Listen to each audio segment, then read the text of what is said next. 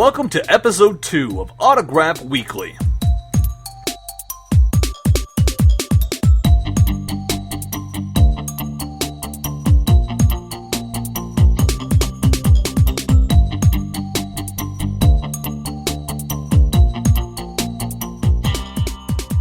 You're now tuned into the most entertaining, informative, and downright kick-ass autograph show that has ever existed. Here's Zane Savage and Double S with Autograph Weekly. What's up, autograph collectors? I'm Stacy Schaefer. And I'm Zane Savage, and you're listening to Autograph Weekly, where we will feed your autograph addiction every week until the United States has its debt down to zero, which will be never. We just want to thank you guys for the outpouring of support you have given us. It's awesome. We really do appreciate it. It kind of motivates us to make this website and experience awesome for you guys, a place for collectors to unite and talk about autographs. Get down and dirty, as I said last week. So yeah, thank you so much for all the support and checking out our Facebook and all that stuff. I mean, we're growing at a rapid rate. I'm very happy with the first week. How about you, Stacy? Very happy, very excited. I just want to second those thoughts and thank everybody for the support, the kind words, the plugs on YouTube, and all that good stuff. So look forward to more stuff from us. Like I said, this show is going to be more of what we do on a regular basis. So let's get into that. We're going to start off, first of all, with our return recap. So, Zane, what did you get in this last week? Well, you know, it was kind of a slow TTM week for me, which it's going to be the last of the slow TTM weeks because I've sent off about 150 requests in the past month. So they're going to be pouring in like crazy soon, but they didn't quite pour in like I expected this week. I did get a few cool ones, though. Janet Daly, who is just a prolific author, she's wrote a ton of books, and you see her books everywhere. She signed 3 book plates for me, which is awesome, because a lot of you guys know that I love signed books. I think they're super classy. They look great on the bookshelf, and I actually have 3 bookshelves dedicated to signed books. So when somebody walks in the room, I say, hey, see all those books right there? They're all signed. That's right, I'm a badass. So she signed 3 book plates, which is awesome. I already got 2 of them stuck in books, so I'm still looking for one more book. I go to rummage sales and stuff to find those books. So I was really psyched about that since she's so popular. It'll be easy to find the books. Next, I got Tony LaRussa today, which a lot of people get Tony. Some people get 2 things signed by him, but I only got 1. I guess I didn't write a good enough letter, probably because I'm a Cubs fan. And the photo I got signed by him was already signed by Ron Kittle. It's a photo of him, Ozzie Guillen, Ron Kittle, Mark McGuire, Walt Weiss, and Jose Canseco. So those other guys are pretty hard to get. I may just stall and not try to get the rest of the guys right now until they get old and crusty and don't know what they're doing, so they'll sign their autographs in their later stages, maybe. Cross your fingers, right?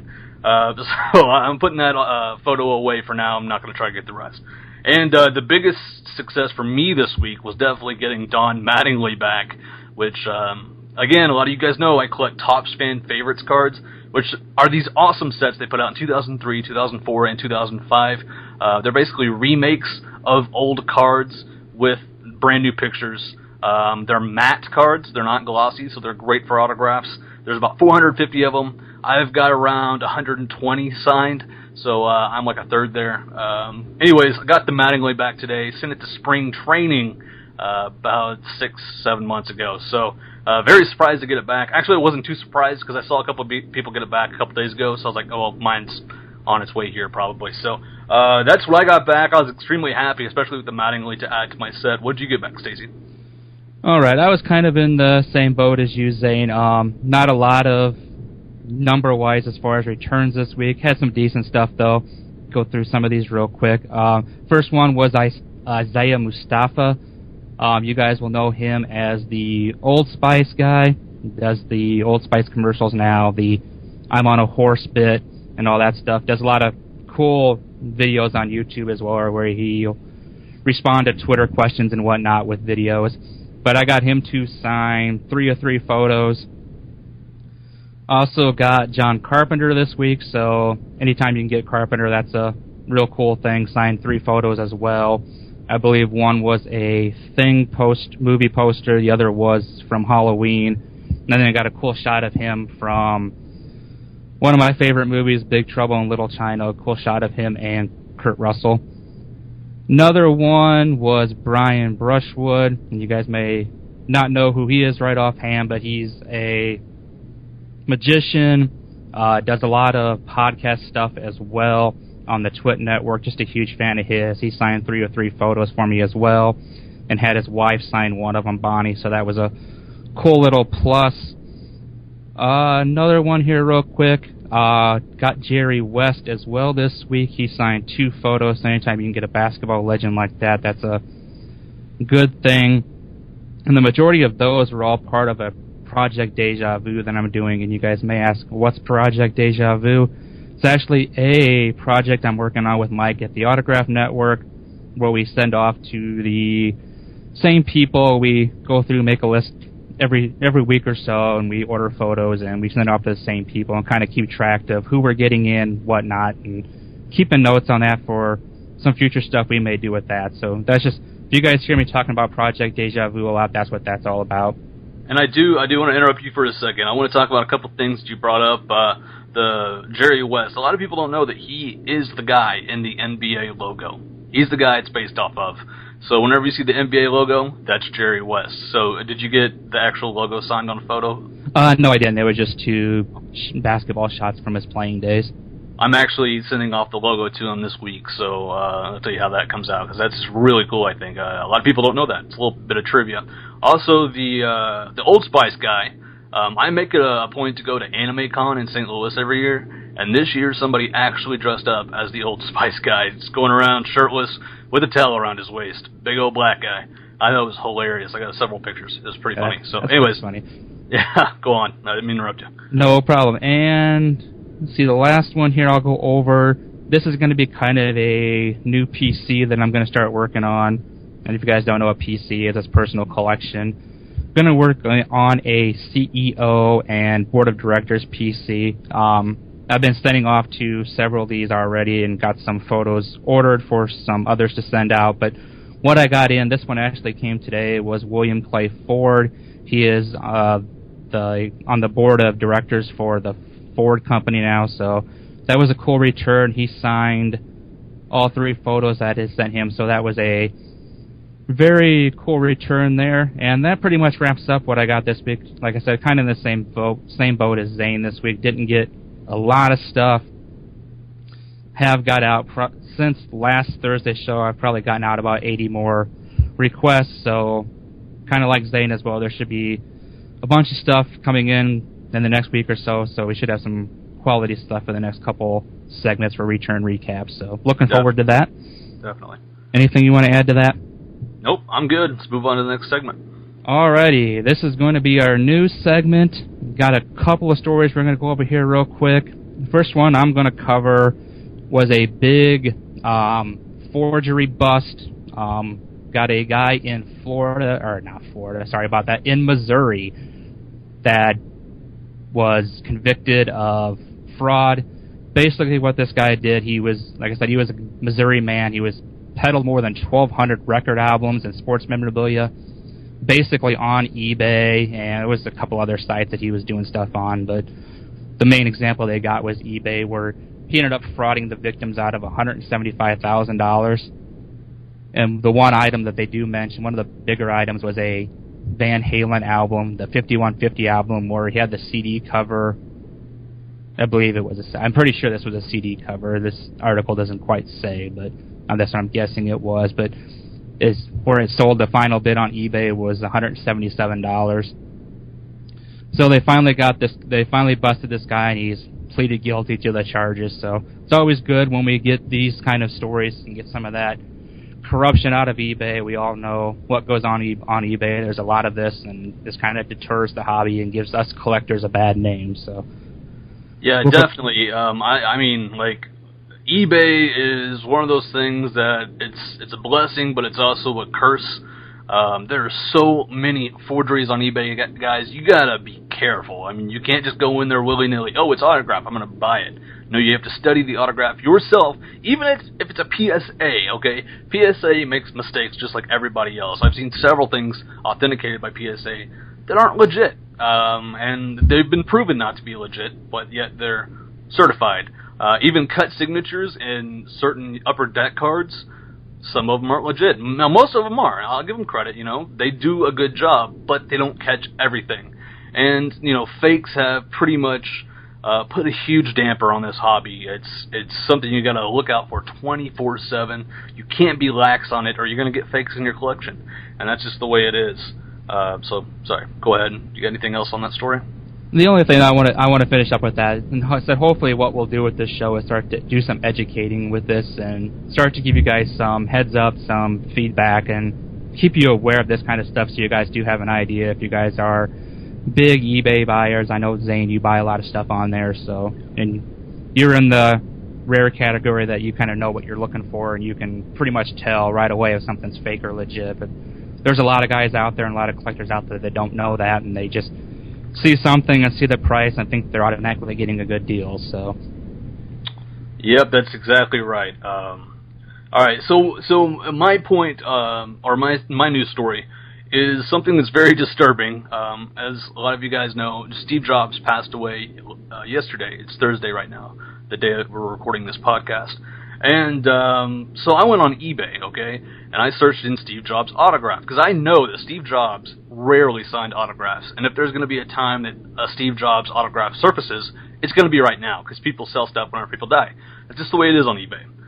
So I don't find any authentic autographs, but I do find a preprint, or a reprint, it's called in the auction, of Steve Jobs going for the total of $3,950 for a preprint. Oh, I'm face palming right now, man. That's just ridiculous. It just goes to show you how many people don't know the hobby. They don't know if something's authentic, a preprint. They don't know what a preprint, a secretarial. They don't know what that stuff is. And they just see autograph, and they buy it based on that. The RP next to it doesn't mean anything to them. So that's just a warning again. It has to do with eBay. Be careful, guys. Okay, don't pay almost $4,000 for a reprint. Now, I'm sure that person, if they do pay that money, they're going to be very disappointed. They'll probably return it or whatnot. It'll get worked out, I'd say. You never know. I mean, that person could keep all that money, and I don't know. It's eBay. People do scammy stuff on there. But I just thought it was ridiculous. If you guys want to see the auction, it's linked on our main page. It's on our main feed, so go check that out if you want to see the auction. But I just thought that was totally ridiculous and blew my mind. $4,000, almost $4,000 for a reprint. Just ridiculous. But the next segment, guys, we do want to talk about Project Geek a Week, which we talked about in our show last week. Now, Stacy hasn't got anything back from Geek a Week because he's been slacking a little bit, but I'll give it to him. The last week, he has sent out a ton of requests, so he's catching up with me, but I have already got 3 requests back. That's right, 3. I'm beating Stacy 3-0. You can go to our website, go to Project Geek Week on top, and you can see the score, me versus Stacy. Of course, I'm kicking butt right now because I'm awesome. But the guys I got in Monty Cook, who is just a legendary RPG game designer. He's designed tons of Dungeons & Dragons modules and everything. He's wrote a ton of books. Just a great guy. He signed everything. He signed 2 Project Geek Week photos and 2 book plates. So that was awesome. Before I got in Tom Merritt, he signed 2 photos and 2 index cards. He works for the Twit Network now under Leo Laporte. Does a lot of tech news. And Stacy, what show does he run on the Twit Network? Do you remember? He has actually several of them. His main show that's on daily is Tech News Today. He also does Frame Rate with Brian Brushwood, which I mentioned before. Does, I believe, Forecast on there too, and that's a show with Scott Johnson as well. Those are the 3 main ones he does. He'll fill in for Leo and stuff when Leo's gone. So he's kind of Leo's second-hand man on the network right now. So yeah, he's like the vice president of Twitter or whatever. So he's a really cool one to get in because he's kind of a nerd legend. And the last one is the coolest by far in my opinion, and that's Bonnie Burton. She is a I guess writer for StarWars.com. She's basically the boss hog of StarWars.com. She controls everything. She decides what content goes out. She has wrote a couple books on Star Wars, like how to draw Star Wars and stuff like that. Anyways, I wrote to her, sent her 2 photos. She signed the 2 photos, signed 2 book plates, so I need to find books that she wrote. And she also sent me a personalized letter on Lucasfilm stationery. Awesome. She also sent a couple stickers, or 1 sticker and a tattoo from Star Wars, and the sticker is like pretty big. It's a Return the Jedi sticker, and it looks old, but I don't know. It's probably not old. I just like to think it's old because it makes it cooler. But yeah, that was an awesome success. I was very happy with that. And like I said, Stacy got nothing. So sorry, Stacy. It sucks for you. Well, I'll just follow up with that. Like Zane said, I have gotten about 20 of those out this last week, so by next week's show, I should be on the scoreboard. So watch it. I've got 44 out. So just so you guys know, well, less than that now. Probably got 41 since I got 3 back already. So yeah, I'm still beating you. I'll get you. All right, let's move on. So what's up next, buddy? The next segment is going to be our Beyond the Signature segment, and this is what we talked about last week. What basically this is going to be text interviews that we do, or letters that we send off with questions for people in our TTMs, or we probably will do a lot of email ones as well, as basically where we just ask some simple questions and get some answers here. And the first one up today for this week's show is going to be Virgil Trucks. So I'm just going to go through what I sent him was 6 questions. I'm going to go through question by question and read how he directly responded to each one. So let's get to this. First question I asked him was, do you recall the first time you got asked for an autograph or signed an autograph, and what was that like? And how he responded to that first question was, the first time I was asked for an autograph was my first year of pro ball in Anadusa, Alabama. I didn't know exactly what they wanted, but there was another older player there laughing and told me what they wanted. So I signed. So that was my first time I signed, and I'm still signing to this day. Next question that we asked him was, how many autograph requests do you get in the mail on a weekly basis?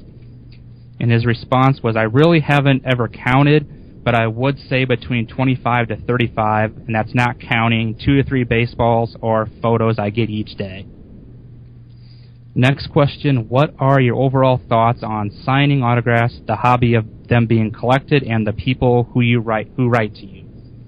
And his response, this is a pretty good response as well. This is what he said, I have not much else to do. I enjoy signing, especially when half of my letters are from 8 to 15-year-old kids, and I assume that they are really collectors. The people that write to me are very appreciative of what I do for them, and many of them actually send me thank you cards after I sign for them.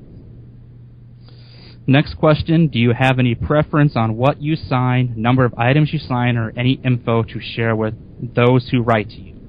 And his response to this was, no, I sign whatever they send me. Most don't have a card. Mostly send index cards.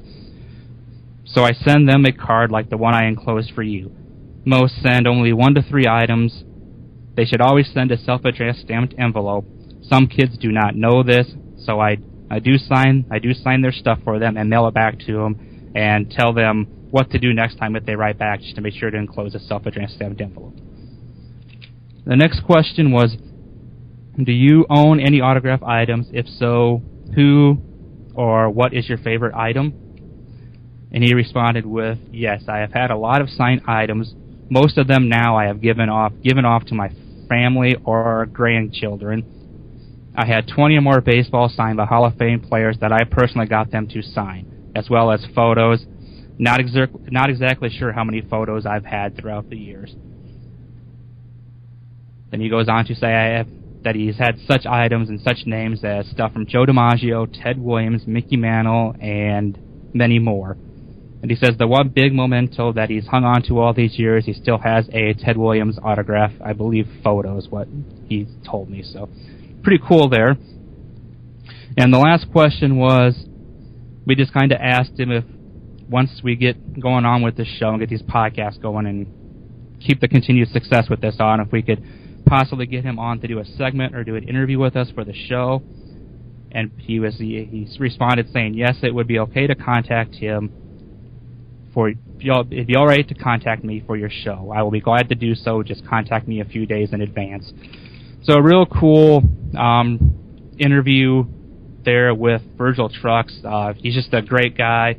Took the time, answered most of those questions in very strong detail. And he's just a huge, huge asset to the TTM community. So any thoughts on that, Zane? I just think it's awesome. You know, you guys never get to hear from the other side. You're always talking to other collectors about collecting and our strategies, but you never hear from the celebrities themselves. And that's one of the things we're going to try to bring to you guys, the other side of the story, if you will. And I think Virgil said it well there, from a guy that loves doing TTMs on the other side. Now, we're going to hear from some people that love doing TTMs like Virgil, and we're eventually going to hear from some people that don't enjoy it as much, you know. They kind of see it as annoying, and that's their right to do that, you know. Not everybody's obligated to get an autograph from somebody, you know. Just because I write to somebody doesn't mean they have to sign my stuff. They have a right to send it back to me unsigned. That's just the way it is, and I respect that. So, like I said, we're going to be hearing from a lot of these guys kind of behind the scenes, answering some really cool kind of down and dirty questions. I know I use down and dirty a lot, but that's what it is. You know, it's it's getting gritty into autograph collecting, and I'm really excited about it. So, yeah. Alrighty, that'll take care of that first one. Like I said, we'll hopefully have these. We're going to shoot for hopefully having these on a weekly basis. It may not happen every week. It's just going to kind of depend on when we get responses back and so on. So we're going to move on to our next segment, and that's going to be a discussion segment. We had an interesting topic come up on YouTube the last day, so we're going to discuss that, and I'm going to hand this off to Zane to get this started. Yeah, we had a question arise on YouTube from somebody, or not really a question, more of a statement, that some people believe that if you get a secretarial in and somebody else sees that, there's a discussion whether you should tell that person that it is secretarial or you think it's secretarial, because you can't really prove something that's secretarial. But there's a general consensus that certain things are secretarial. There's a discussion going on if you should tell that person or not, and let them, go on believing that it's authentic. And there are two sides to this. I think it's pretty interesting because it kind of separates you into two different collectors. There's certain people that collect for, I would say, more fun, for the joy of collecting. But then if you say that, you kind of have to look at it like the other people are also enjoying collecting. It's just more of a hardcore, everything has to be authentic look at things. Some people just enjoy getting a response from the person they wrote to, whether it is secretarial or not. I don't want to use the wrong words here because I don't want to offend anybody. That's why I'm kind of stumbling over them. But it's a tough subject to talk about. But we're going to discuss it here today. You got any opinions on it, Stacy?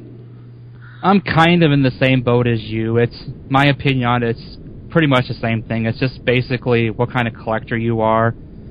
My personal preference, I don't really have one. I think the knowledge should be out there if somebody asks for it.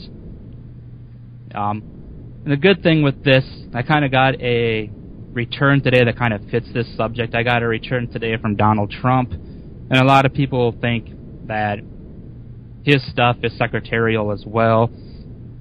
And just kind of, if you guys don't know what we're talking about as far as secretarial, that's just fan mail that's being signed by somebody's secretary or somebody that's not the person that you wrote to. And like I said, my opinion is pretty similar. It just comes down to if you're doing it for fun, if you're more into it for the value part of it. Myself, I do more of it for fun, but at the same time, I think the knowledge needs to be out there, especially if people are on eBay trying to sell stuff that's not legit and claiming that it's legit. I think that's a key place where we need to have the knowledge out there.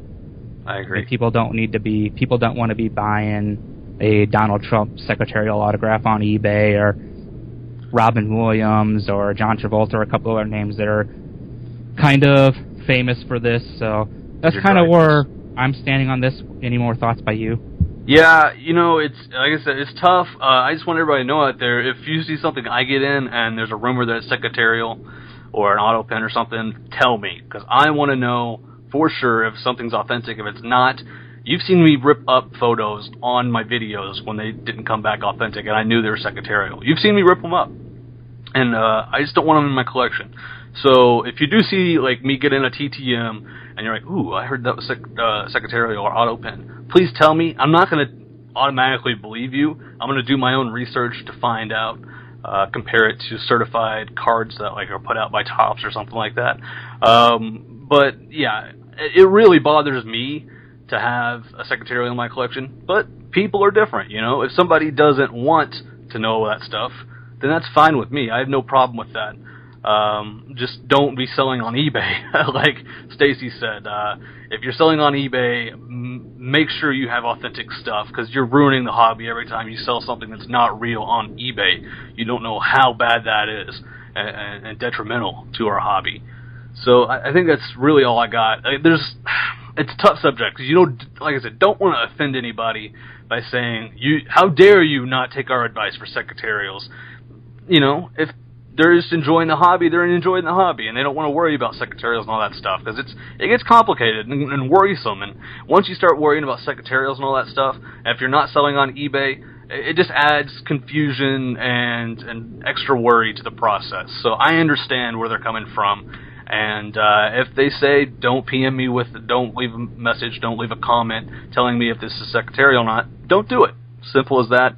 But we'd like to hear you guys' feedback. If you guys get on our Facebook, leave us a comment telling us what you think about this, what are your feelings on the subject, or you can email us. If your email is good enough, we'll read it on next week's show, or send us a reply via Twitter. So we'll look forward.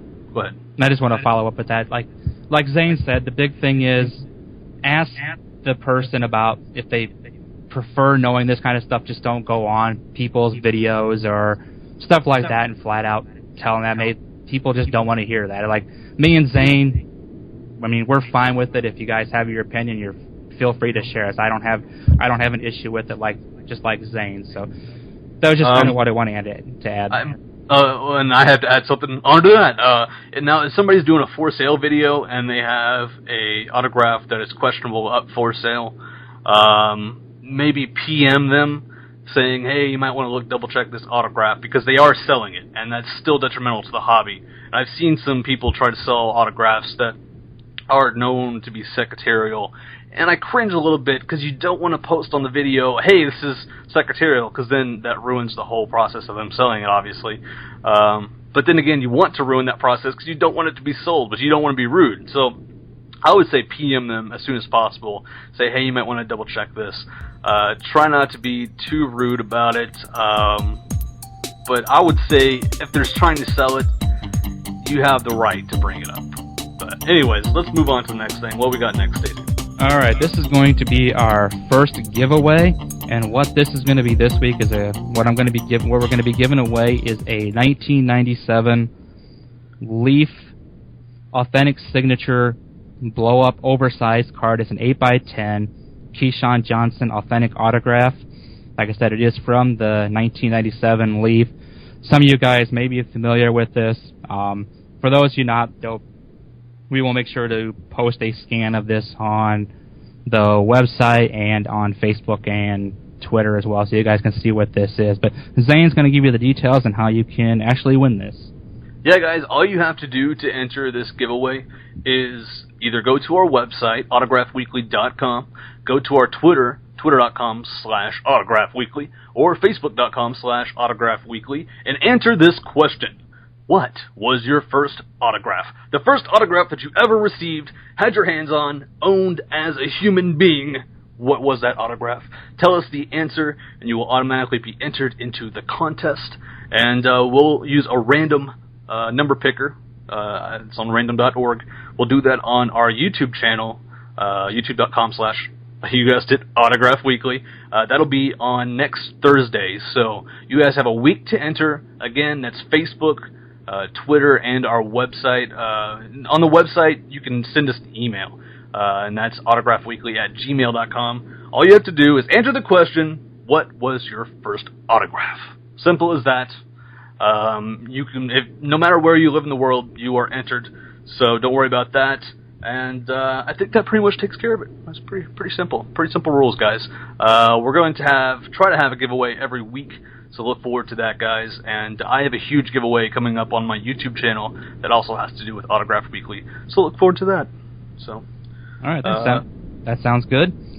And we're going to move on to our TTM of the Week segment and give the results from last week. So, Stacy, who won TTM of the Week this week, huh? Who won? I was just curious. Who won? Some guy named Zane Savage. Zane Savage wins because he's the greatest man of all time. That's right. Yeah, it wasn't even very close. So I think it ended up being 84% in favor of Zane and his Nolan Ryan autos to 16% for Top Shelf TTMs and his Willie McCovey. What was that percentage again? Oh, I didn't get that. Oh, what was it? 84 to 16. What? One more time. What was it? 84 to 16. That's right. I'm awesome. No, I pretty much expected that because, I mean, the people that listened to the podcast, especially the first week, you mainly came from my channel and Stacy's channel and the YouTube community.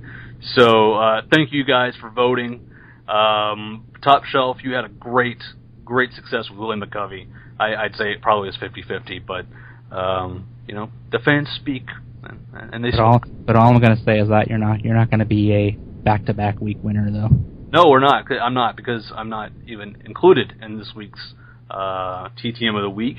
So who do you nominate, Stace? I am going to nominate Funky Diabetic 1 on YouTube for his John Henry Westhead auto that he got. It was a very awesome Clerk's Return. Cool. There's a very cool story behind this, so find Funky Diabetic 1's video.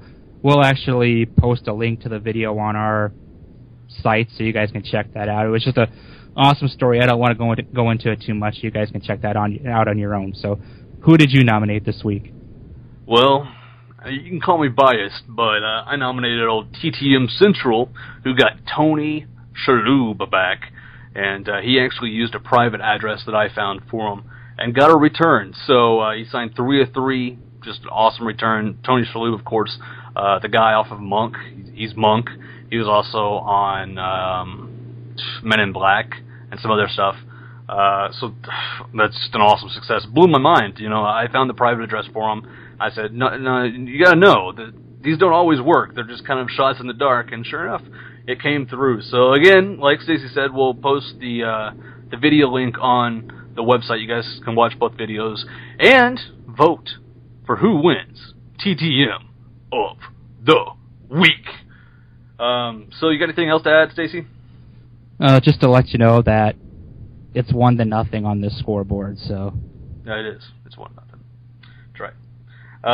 So that's all for today, guys. That's all we got today.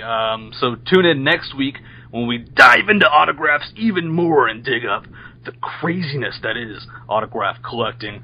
Make sure to check us out on Twitter at twitter.com/Zane Savage. Well, you can check out Zane Savage. Twitter.com/AutographWeekly, Facebook.com/AutographWeekly, and believe it or not, AutographWeekly.com. It's there. You should go check it out. We got all of our stuff there, guys. Geek a Week. We got giveaways.